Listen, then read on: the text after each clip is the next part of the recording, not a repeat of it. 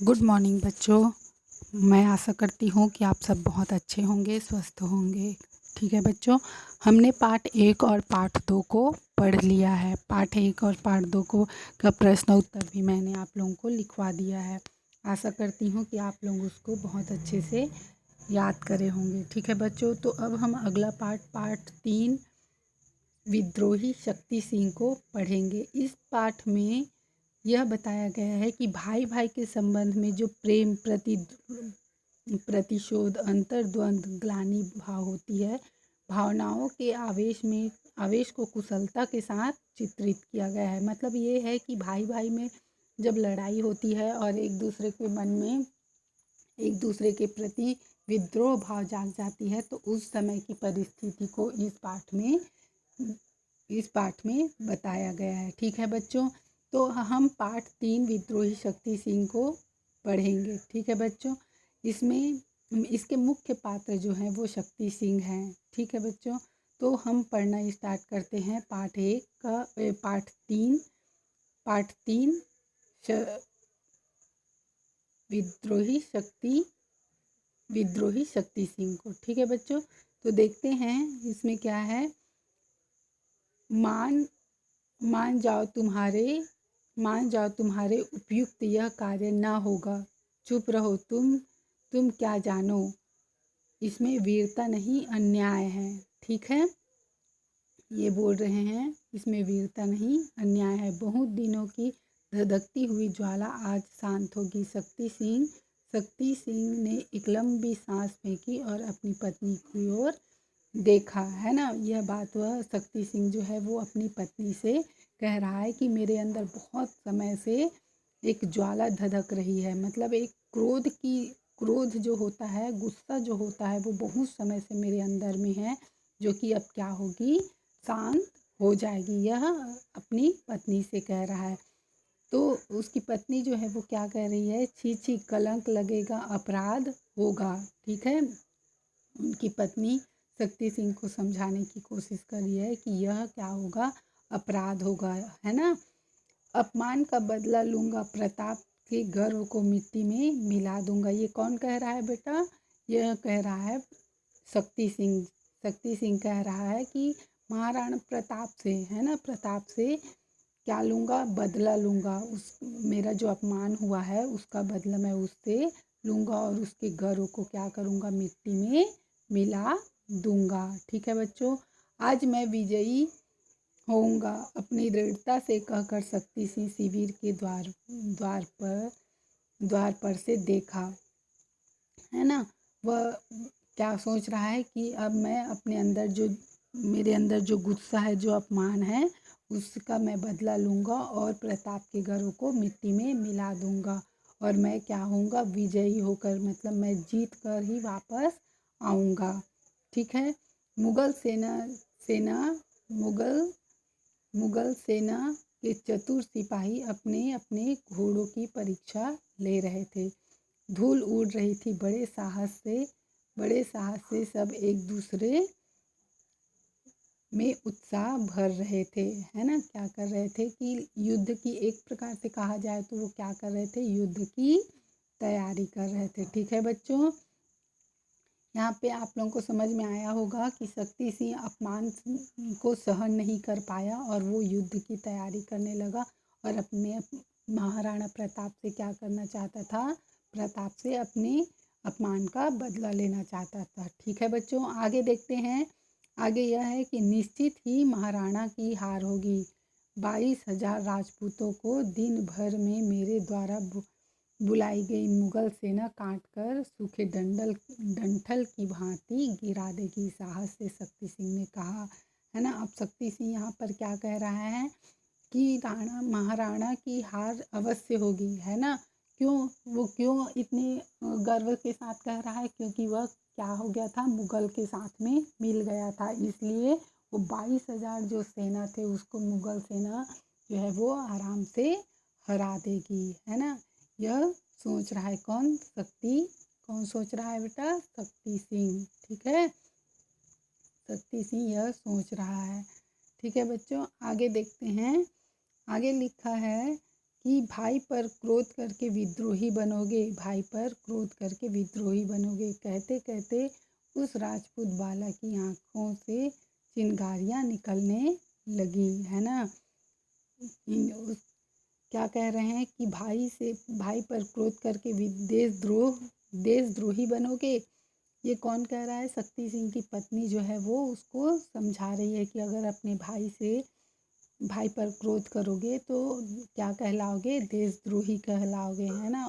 उसको भी गुस्सा आ रहा है कि अपने ही भाई से यह क्या कर रहे हैं, युद्ध करने की तैयारी कर रहे हैं। आगे देखिए, शक्ति सिंह अपराध की तरह विचार करते हुए जलन का उन्माद नस नस में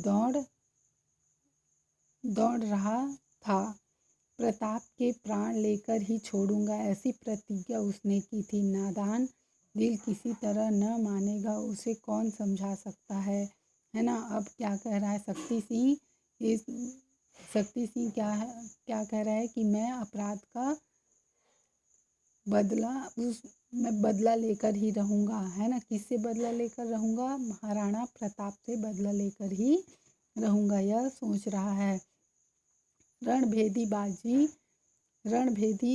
बजी, कोलाहल मचा। मुगल सैनिक मैदान में एकत्रित होने लगे। पत्ता पत्ता खड़खड़ा उठा, है ना। अब क्या हो गया बच्चों कि अब युद्ध की तैयारी हो गई और युद्ध से पहले जो आवाज़ आती है, शंख की आवाज़ होती है, मतलब अब युद्ध होने वाला है, वह बजने लगी है ना। और इतना मतलब युद्ध की पूरी तैयारी हो गई और युद्ध शुरू होने वाला है, तो ऐसा लग रहा है जैसे मानो पत्ता पत्ता भी हिलने लग गया है। ठीक है बच्चों, आगे देखते हैं। बिजली की भांति तलवारें चमक रही थी, है ना। बिजली की भांति तलवारें चमक रही थी। उस दिन सब में उत्साह था। युद्ध के लिए भुजाएं फड़कने लगी थी, है ना। उस दिन क्या हो रहा था कि सब युद्ध के लिए तैयार थे और युद्ध करने के लिए सबकी तलवारें चमक उठी थी। ठीक है, आगे देखते हैं। शक्ति सिंह ने घोड़े की लगाम पकड़कर आज अंतिम निर्णय है, मरूंगा या मारकर ही लौटूंगा। कौन कह रहा है? शक्ति सिंह कह रहा है। शक्ति सिंह कह रहा है कि आज मैं मरूंगा या फिर मारकर ही लौटूंगा। ठीक है बच्चों, आगे शिविर के द्वार पर खड़ी मोहिनी अपने भविष्य की कल्पना कर रही थी। क्या कर रही थी? अपने भविष्य की कल्पना कर रही थी। उसने बड़ी गंभीरता से कहा, ईश्वर आपको सद्बुद्धि दे, यही प्रार्थना है। किससे कह रही है? शक्ति सिंह से कह रही है ना। उसे एहसास हो गया था कि यह युद्ध सबके लिए अच्छा नहीं है। ठीक है बच्चों, एक महत्वपूर्ण अभियान के विध्वंस की तैयारी थी। प्रकृति कांप उठी। घोड़े और हाथियों के चित्कार से आकाश थरथरा उठा। बरसाती हवा के थपेड़ों से जंगलों के वृक्ष रणनाद करते हुए झूम रहे थे। मतलब यहाँ पे क्या कह रहा है कि प्रकृति भी उस युद्ध से क्या थी? नाखुश थी, मगर सब कुछ थरथरा उठी थी, कांप उठी थी। आकाश भी थरथरा उठा था, सबकी आवाज़ें आने लगी थी।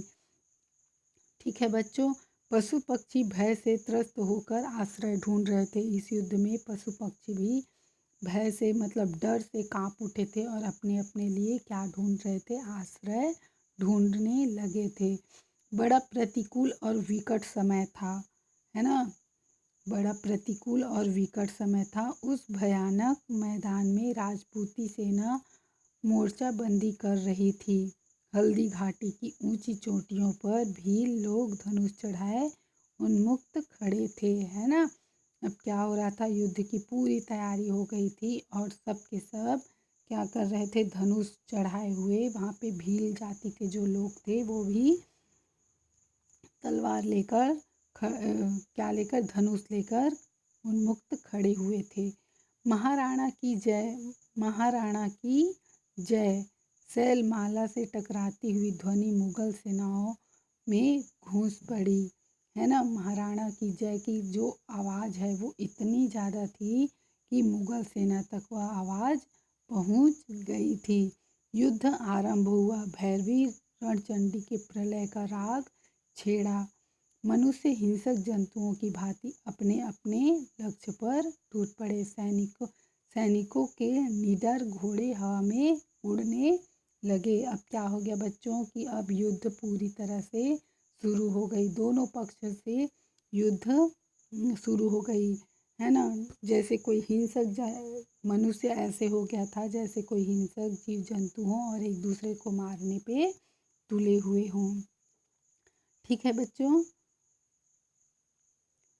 तलवारें चमकने लगी। पर्वत के शिखरों पर से विषैले बाण मुगल सेना पर बरसने लगे। सूखी हल्दी घाटी में रक्त की धारा बहने लगी। क्या हुआ कि इतने ज़्यादा युद्ध हुए जहाँ पे सूखी हल्दी घाटी जो है वो सूखी थी, वहाँ पर क्या होने लगी कि रक्त की धारा, है ना, रक्त की धारा बहने लगी थी। महाराणा आगे बढ़े। शत्रु सेना का व्यूह टूटकर तितर बितर हो गया। मतलब उसने एक व्यूह रची थी, वो तितर बितर मतलब इधर उधर क्या हो गई, बिखर गई। दोनों ओर से सैनिक कट कट कर गिरने लगे। देखते ही देखते लाशों के ढेर लग गए। क्या हो गया बच्चों, देखते ही देखते चारों तरफ, क्योंकि दोनों तरफ की लोग युद्ध कर रहे थे ना, तो दोनों तरफ के सैनिक मारे जा रहे थे। तो क्या हो गया, सब तरफ देखने पे ऐसे महसूस होता था जैसे लाशों की पूरी ढेर बिछ गई है ना। भूरे बादलों को लेकर आंधी आई। सलीम के सैनिक को बचने का अवसर मिला, है ना। मुगलों की सेना ने नया उत्साह भर गया। तोप के गोलों उथल पुथल करने लगी। धाए धाए करती बंदूकों से निकली गोलियां दौड़ रही थी। ओ, जीवन कितना सस्ता हो गया है। अब यहाँ पे बताया जा रहा है कि देखो जीवन कितना सस्ता हो गया है। क्यों? क्योंकि लोग एक दूसरे को मार रहे हैं। महाराणा शत्रु सेना में सिंह की भांति उन्मुक्त होकर घूम रहे थे। जान की बाजी लगा दी थी, है ना। अब महाराणा की सेना जो है वो भी क्या कर रहे थे, पूरे शक्ति के साथ में युद्ध कर रहे थे। ठीक है बच्चों, आगे हम देखते हैं। वे सब वे सब तरफ से घिरे थे। हमला पर हमला हो रहा था। क्या हो रहा था? हमला पर हमला हो रहा था। राणा संकट में पड़े थे। बचना कठिन था। 7 बार घायल होने पर भी पैर उखड़े नहीं। मेवाड़ का सौभाग्य इतना दुर्बल नहीं था। ठीक है बच्चों, यहाँ पे क्या हुआ था, महाराणा घायल हो गए थे, उसके बाद भी क्या थे, वो युद्ध कर रहे थे। ठीक है बच्चों, तो आज हम इतना ही पढ़ते हैं। ये पहला पार्ट है। अब दूसरा पार्ट को हम कल पढ़ेंगे। ठीक है बच्चों, और साथ में प्रश्न उत्तर भी करेंगे। आज जितना पढ़ाए हूँ उसको आप घर में एक बार और अच्छे से पढ़िएगा। ठीक है बच्चों, स्वस्थ रहिए, अच्छे से रहिए। Thank you so much.